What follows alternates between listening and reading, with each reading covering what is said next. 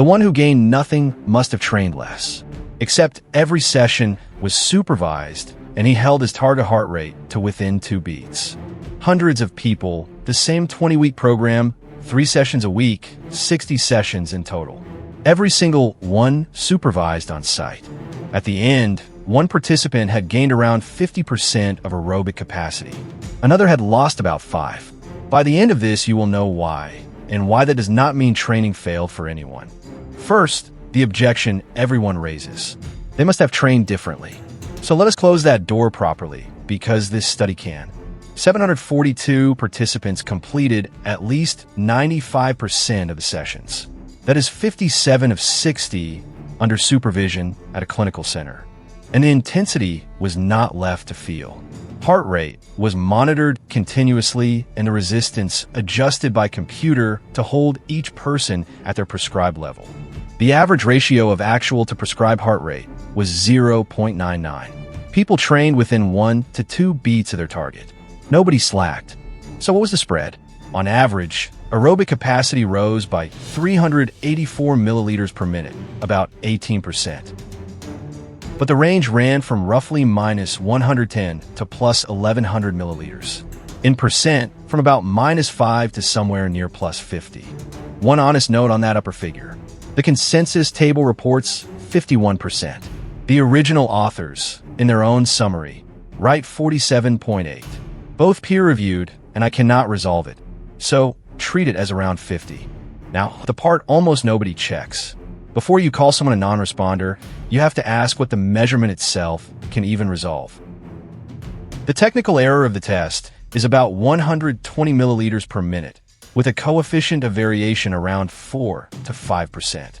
Look back at the worst result, minus 110 milliliters. That sits inside a single repeat measurement error. The person who supposedly got worse is not reliably distinguishable from noise. And when you subtract the measurement error from the spread, the standard deviation drops from 202 down to somewhere between 123 and 138. A large part of the drama is the instrument.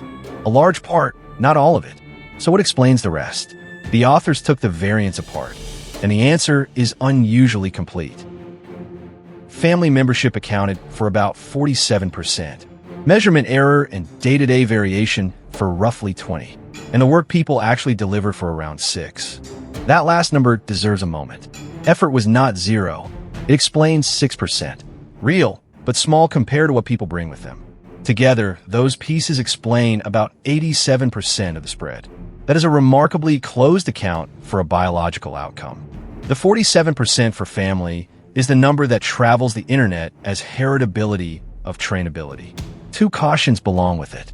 It is a maximal estimate from a family model, so it also contains everything families share beyond genes: kitchen, habits, household. And to this day, there is no replicated genetic test that predicts it. Here is the finding that surprised me most, and it takes the sting out of the whole thing. How much you gain is almost unrelated to where you start. The correlation is 0.08. Starting unfit does not mean you respond poorly. Those are 2 separate traits that happen to live in the same body. Which brings us to the word everybody wants to apply to themselves. Non-responder. Is that a property of a person or of a measurement? Take the same people through the same training twice. The classification does not hold up. Agreement between the 2 rounds was poor. That study is small, 14 people, and I will not oversell it. But it points the same way as something harder to argue with. In a group that did no training at all, about a third would have been labeled responders by the usual criteria. Change the dose, and the picture changes too. With more training, non-response largely disappeared. Change the format instead, and across 21 people, not one was a non-responder to everything.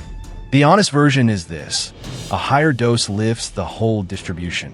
It does not surgically repair individuals. But the label was never as solid as it sounds.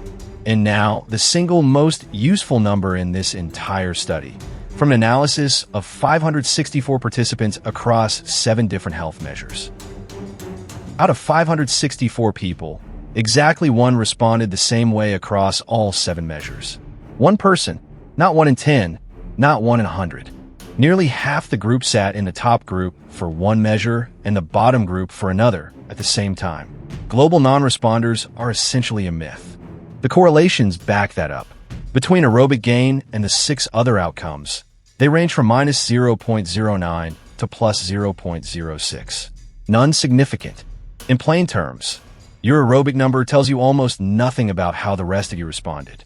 HDL improved independently of it in one analysis of 675 people. One thing I have to correct because it circulates as part of this story. Resting blood pressure did not fall in this cohort. That claim does not belong to this study.